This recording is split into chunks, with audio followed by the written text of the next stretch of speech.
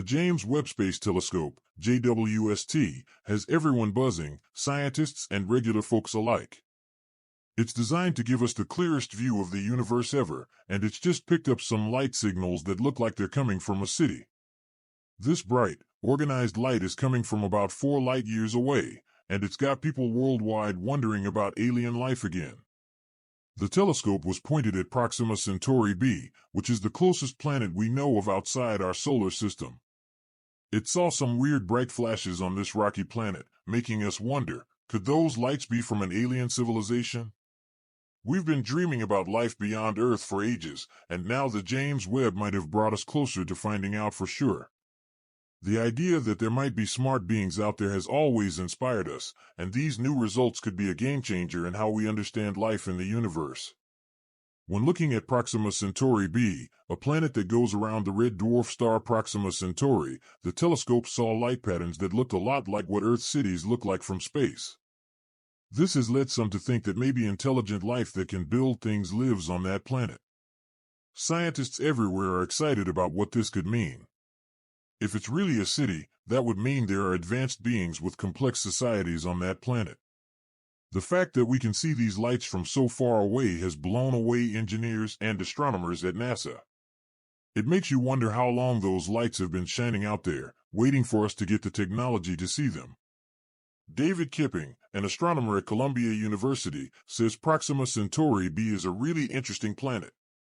Unlike most rocky planets that soak up sunlight and only give off infrared light, this one acts differently because of how it interacts with its star. JWST's awesome infrared tech was key to spotting these strange lights.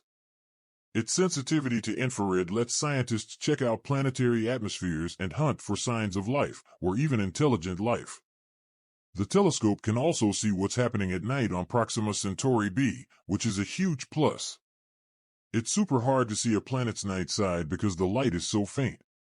But JWST is built for this.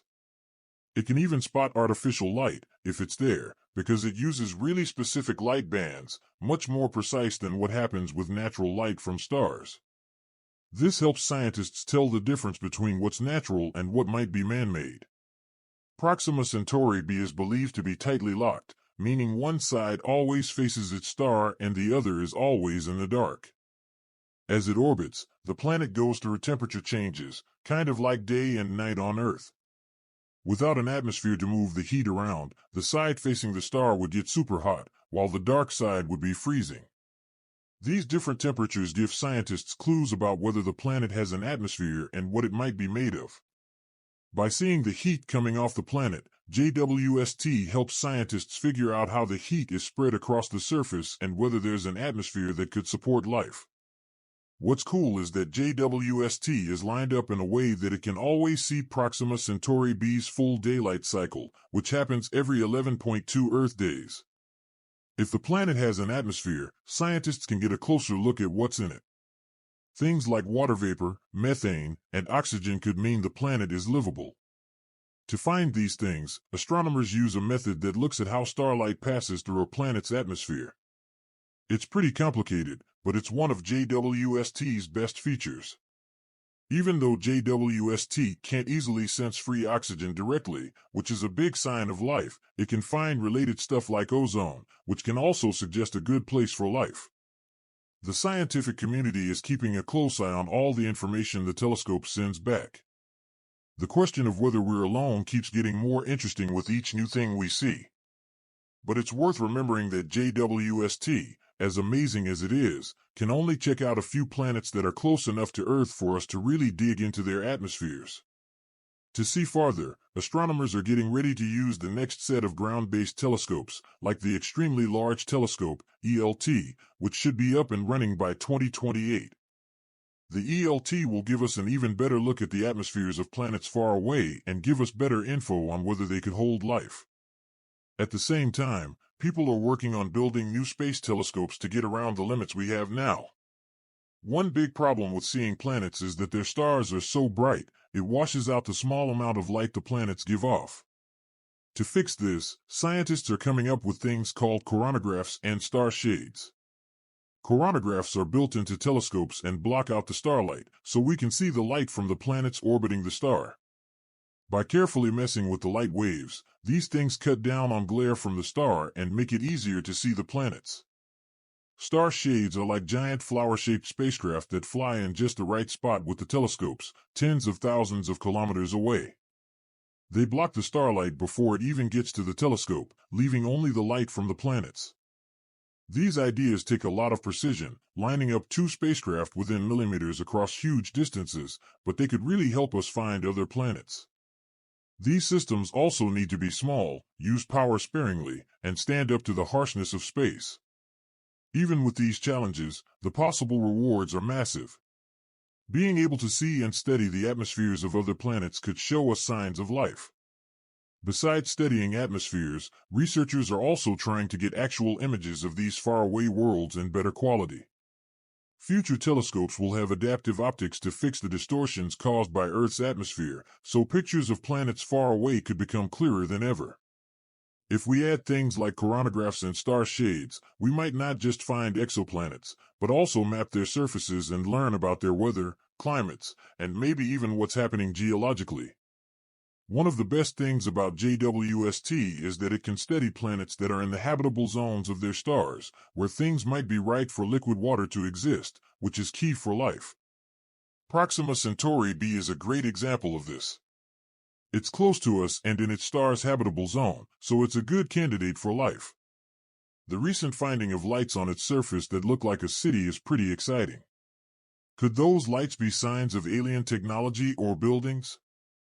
We still need to be careful about how we read these results.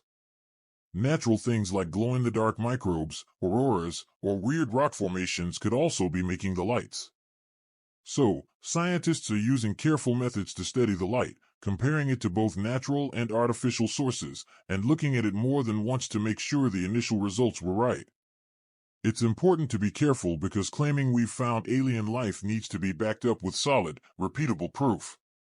As JWST keeps investigating, its role in humanity's cosmic is just getting started. With every bit of light it catches and every spectrum it breaks down, it brings us a little closer to answering the big question, are we alone? If it turns out that those lights on Proxima Centauri b are real, it would be one of the biggest discoveries ever. It would change not just astronomy, but also how we think about our place in the universe. For years, the search for life has been indirect, using radio signals, chemical clues, and planetary atmospheres. But seeing actual signs of civilization has been more of a sci-fi thing. Now, with JWST's amazing sensitivity, that fiction is getting closer to reality. But the scientific community is being careful, knowing what's at stake and how important it is to have solid proof. You need really good reasons to believe something really strange. And in this case, the data needs to be carefully checked, repeated, and verified by different groups before we can say anything for sure. One important part of what's happening now is carefully studying the light. Artificial lights, like what we use in cities, have a certain signature, especially in infrared and visible light. We can compare these signatures to what we know about artificial lights on Earth, like LEDs or incandescent bulbs. If the light coming from Proxima Centauri b matches these patterns and appears to be consistent, narrowband, and organized over time, then it would be a stronger sign of intelligent beings. On the other hand, natural things like auroras or volcanoes tend to have broader, less predictable light signatures.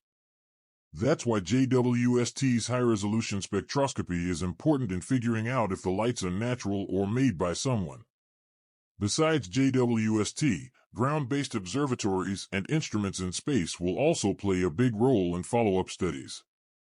The upcoming Extremely Large Telescope, ELT, along with other advanced observatories like the 30-meter telescope, TMT, and Giant Magellan Telescope, GMT, will give us extra data using different lights and instruments. These telescopes, with their huge mirrors and cutting-edge imaging tech, will help us confirm or debunk JWSTs.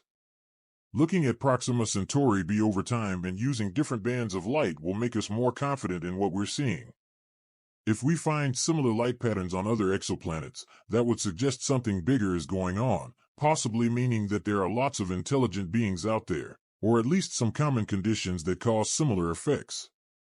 Adding another layer to this is Proxima Centauri itself, a red dwarf star that's known to have a lot of flares. Red dwarfs are the most common kind of star in the Milky Way, and lots of potentially habitable planets orbit these stars. But their frequent flares can strip away planetary atmospheres or make the surface too dangerous for life as we know it. But if Proxima Centauri b has an atmosphere that's strong enough to handle the radiation, or if the civilization there is advanced enough to protect itself, then life could theoretically. The lights we're seeing might even be part of a planetary defense system, an energy-collecting array, or a system to control the climate, instead of just city lights as we imagine them. This brings us to a bigger question. If there is intelligent life out there, how might it be different from us? Would they build cities with lights? Or would their technology be so different that we wouldn't even recognize it? Maybe what we're seeing as artificial light is something much more complex, a kind of energy or signal that we just don't understand yet. So, JWST doesn't just ask if alien life exists, but also challenges us to think about how it might exist. Are we seeing the glow of a civilization, or are we just projecting our own ideas onto an unknown world? Meanwhile, the of lights that might be artificial has sparked interest in interstellar missions. Projects like Breakthrough Starshot, which wants to send tiny probes to Alpha Centauri at a fraction of the speed of light, might now seem more realistic and important. If we confirm that there's something strange happening on a nearby planet, the urge to go and check it out up close will be hard to resist. Even though these missions are still a ways off, the scientific and public support to fund and build them might get a big boost because of JWSTs. It's important to remember that these also remind us that we need to think about the right and wrong ways to explore space. If we see something that looks like intelligent life, how should we act? Do we try to talk to them, watch quietly, or just leave the world alone? These are questions that aren't just for philosophers anymore, but now matter to scientists, politicians, and global organizations. That we might be discovering intelligent life could force humanity to come together in new ways, setting aside our for the good of everyone. At the end of the day, the mission of the James Webb Space Telescope is about more than just getting data. It's about humanity's desire to understand where we came from, whether we're alone, and what our place is in the big